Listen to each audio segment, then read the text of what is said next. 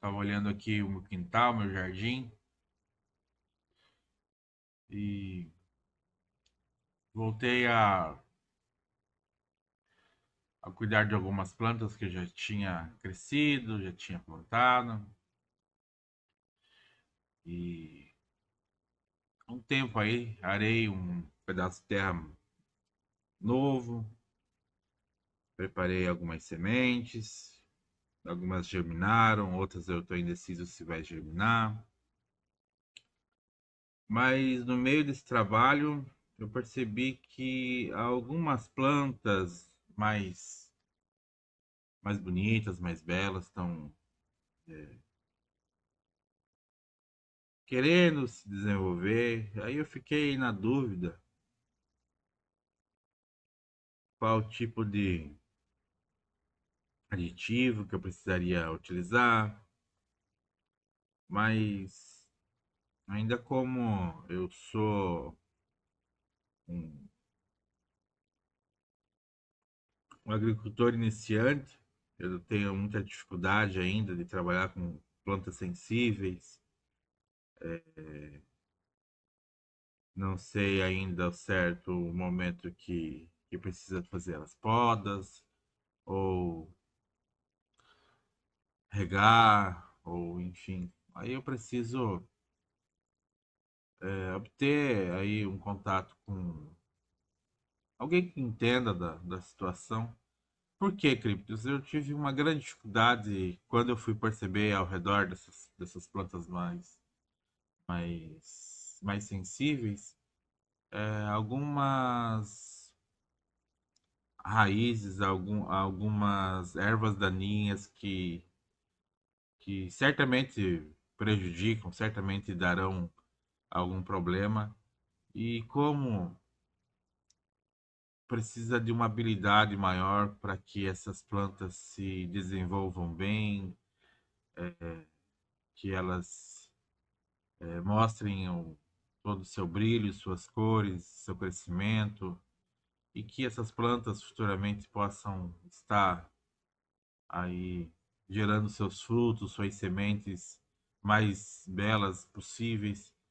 Eu sinto uma necessidade de conhecimento mais assertivo, porque muitas vezes a quem planta sempre tem o condição do tempo, do imprevisto, porém, quem planta, que está cultivando, tem que ter um carinho sobre essas plantas.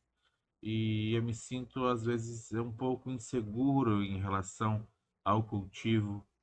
E talvez seria mais uma solicitação do que pergunta. Talvez isso sirva para outros agricultores. É, Quando perceber essas raízes ruins, essas ervas daninhas, é, como que o amigo pode me orientar? Fique à vontade. Muitas das vezes, Senhor Claudir, nós falamos em parábolas, principalmente eu, por respeito à minha própria limitação e ignorância, tão desfazendo de quem nos ouve. No entanto, já foi falado de várias formas aqui, e eu tentarei falar de uma forma mais direta, até porque eu sou limitado em mim. Toda vez que você prover uma boa plantação, um ato de bondade na vida alheia,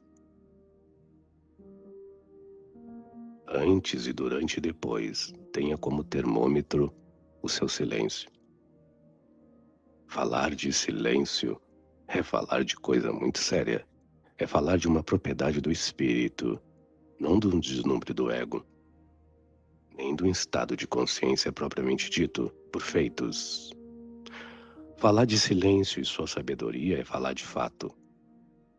Não é falar de decorrência, é falar de uma ocorrência real, instantânea, no momento, não momentânea, que já foi ou que virá. Apenas é silêncio. Ele pode lhe condenar, Ele pode lhe elucidar e ele pode lhe aforrear. Só o silêncio. E não é o que se faz lá fora. É o que deveria ter como algo frutífero por dentro. Como um broto. Como um broto. A segunda coisa, que pode também lhe ajudar fora o silêncio, é o nível de suspiros que você se doa. Ah, o suspiro de alívio é o confessionário do corpo. O suspiro de alívio é o confessionário do corpo.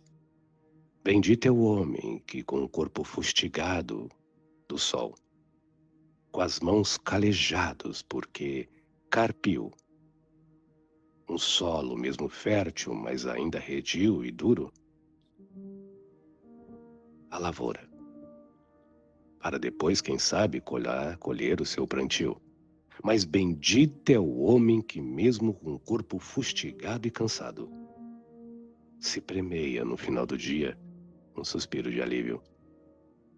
É sinal que suas tripas, que seus ossos, que seus músculos, que seus tendões não só valorizaram o que fizeram para fora, mas também aprimoraram o sentido do seu feito por dentro, como um fato latente.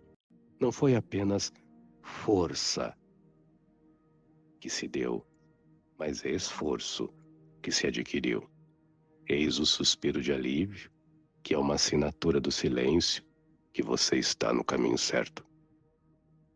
Nem melhor, nem pior, nem correto, nem incorreto, mas é o certo para tua e sua consciência.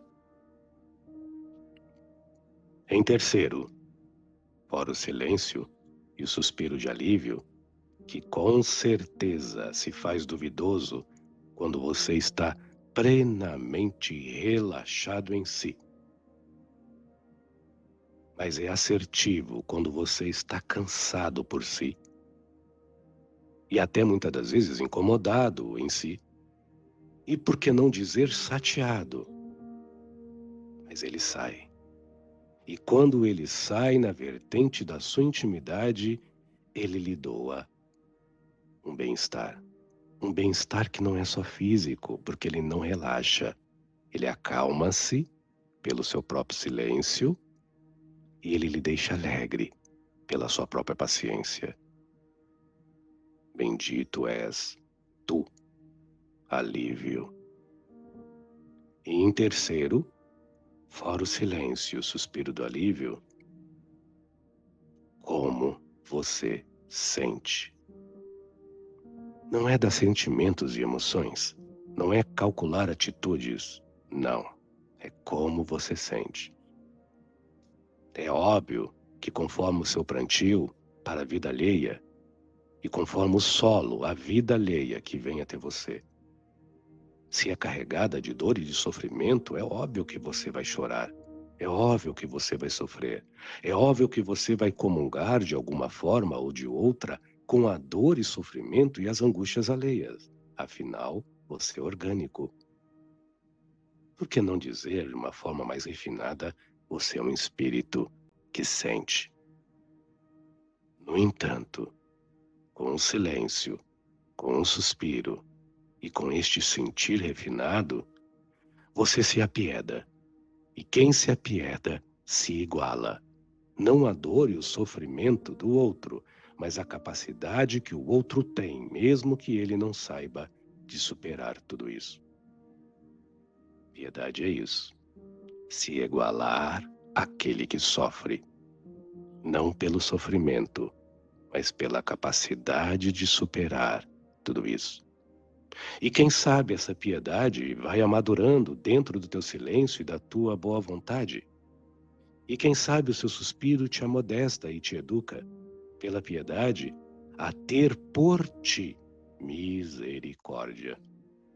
Ah, meu caro, a misericórdia nunca é perante o alheio. A misericórdia é a concórdia com tudo que há de íntegro em ti e com tudo que é de sensível em ti.